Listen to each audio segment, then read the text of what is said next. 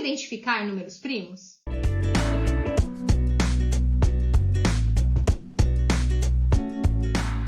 Olá, eu sou a professora Camila Palles e na aula de hoje eu vou te explicar como identificar números primos dentro de um intervalo numérico. Antes de explicar como identificar os números primos, vamos relembrar o que são números primos. Números primos são números que possuem apenas dois divisores, o número 1 e ele mesmo. E uma das formas de identificar os números primos é por meio de um dispositivo chamado crivo de Eratóstenes, que foi um matemático grego que desenvolveu este dispositivo. Esse dispositivo permite que nós identifiquemos números primos dentro de um intervalo numérico. Eu vou mostrar para vocês como identificar números primos no intervalo de 0 a 100, mas vocês podem fazer isso para qualquer outro intervalo numérico. Vejamos como ele funciona. Aqui eu tenho uma tabela em que os números foram organizados em colunas de 1 a 10. E os números precisam ser organizados desta forma para que esse dispositivo funcione adequadamente. Então, nós temos 10 colunas em que os números vão ser organizados de acordo com a sua terminação.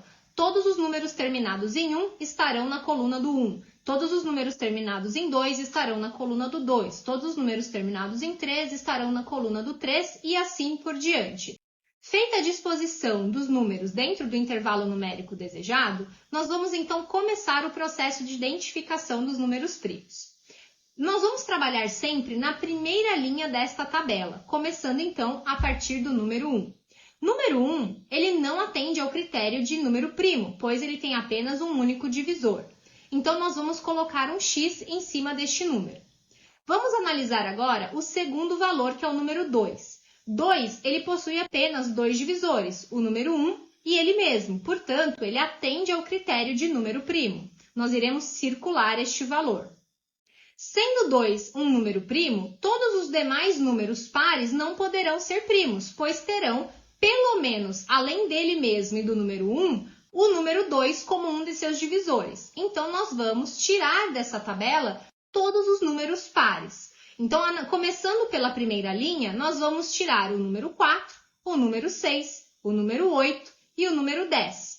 Em seguida, nós vamos anular todas as colunas que possuem números terminados em 2, em 4, em 6, em 8 e em 0. Os números restantes ainda serão analisados. Voltando para a primeira linha, o próximo número disponível é o número 3. O número 3, ele atende ao critério de número primo, pois ele tem apenas dois divisores, o número 1 e ele mesmo, portanto, nós iremos circulá-lo. E agora, nós vamos analisar que todos os demais números múltiplos de 3 não poderão ser primos, pois eles terão pelo menos mais um divisor além do número 1 e dele mesmo, ou seja, eles terão pelo menos o número 3 como um de seus divisores. Então, nós vamos analisar o restante da tabela tirando todos os múltiplos de 3. Então, nós tiraremos o 9, o 15, o 21, o 27, o 33, o 39, o 45, o 51, o 54 já foi riscado, o 57 e os demais múltiplos de 3 até chegar ao final da tabela. Voltando para a primeira linha, nós temos agora o próximo valor disponível, o 5. O 5 ele tem novamente dois divisores, o número 1 e ele mesmo, então ele atende ao critério de número primo, iremos circulá-lo. Se ele é um número primo, todos os múltiplos de 5 não serão números primos, pois eles terão pelo menos 3 divisores, além do número 1 e dele mesmo, eles também terão o número 5. Então, nós iremos agora descartar todos os valores terminados em 0 ou em 5 da nossa tabela.